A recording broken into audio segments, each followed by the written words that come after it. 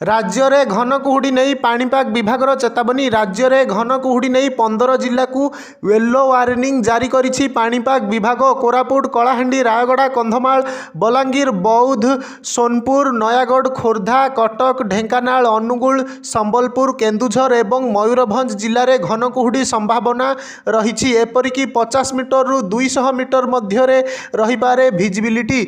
आज उत्तर आभ्यंतरीण जिले में हालुका वर्षा संभावना रही। आज सुंदरगढ़, केन्दुझर, मयूरभंज एवं आसंता काली झारसुगुड़ा, सुंदरगढ़, केन्दुझर, मयूरभंज जिले में हालुका वर्षा नहीं पाणीपाग विभाग पूर्वानुमान करिछि। तेबे राज्यर बाकी अंचल में पाग सुखिला रहिबो, मात्र शीत बढ़िबार संभावना कम।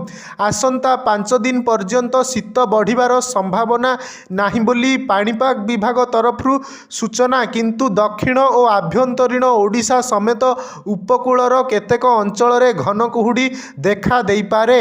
आसंता 3 दिन पर्यंत कुहुड़ी कलबल करिबो बोली पाणीपाग विभाग तरफरु सूचना।